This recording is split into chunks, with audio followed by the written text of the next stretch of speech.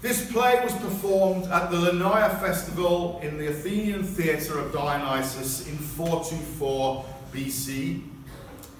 It's one of Aristophanes' early comedies, and it continues and deepens the playwright's interest in mocking the Athenian politician Cleon, a real and highly popular orator and leader in the democracy at the time. In our play, Cleon is portrayed as a barbarian house slave, a foreign non-Greek house slave, the Paphlagonian. We will call him Paphlagon Cleon for clarity. Paphlagon Cleon's master is Demos, an old man who symbolises the Athenian people. How do you say people in Italian? Gente. Gente. Popolo, gente. The Demos. Paphlagon Cleon dominates and manipulates his master Demos, and does so at the expense of the other two slaves of the house, Nicias and Demosthenes. And these were real generals and political leaders in Athens at the time, so they're being represented as slaves in the house as well. Now, Nicias and Demosthenes are desperate to get rid of the hateful Paphlagon Cleon from Demos' house. But oracles reveal that Paphlagon Cleon can only be expelled by a low-life creature of the marketplace, the Agora, who is even more vulgar and despicable than Paphlagon Cleon himself. This person will be a sausage seller, what you would call a venditore di salsicce. But le salsicce molto cattive come solo gli inglesi mangeranno. Okay, so the sausage, sort of sausage we eat in England and Scotland, not like good sausage like you have in Islam. It should be said here that while Paphlagon Cleon is a slave, he's also described as if he is a low-status leather merchant and tanner, un conciatore. See?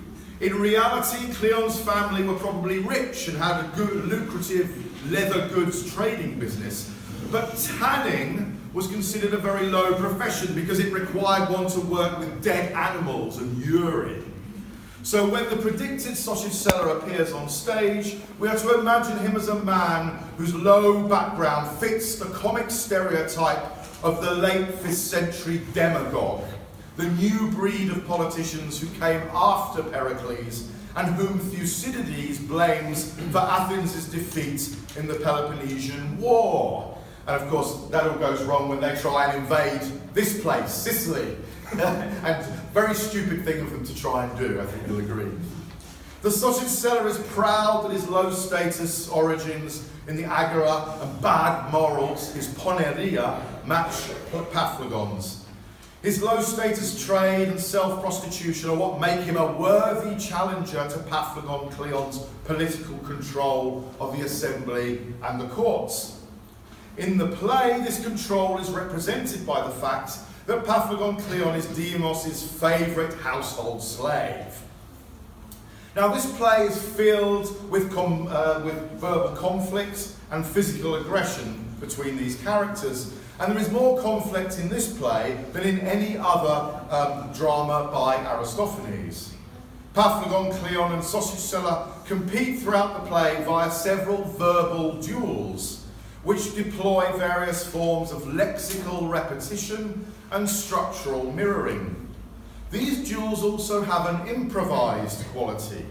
By this I mean that the audience of the play are encouraged to appreciate Paphlagon and sausage sellers' exchanges in the same manner as they might enjoy real, combative capping exchanges of conversational banter in the marketplace, Agora, or pottery quarter, the Keramikos, next to the Agora in Athens.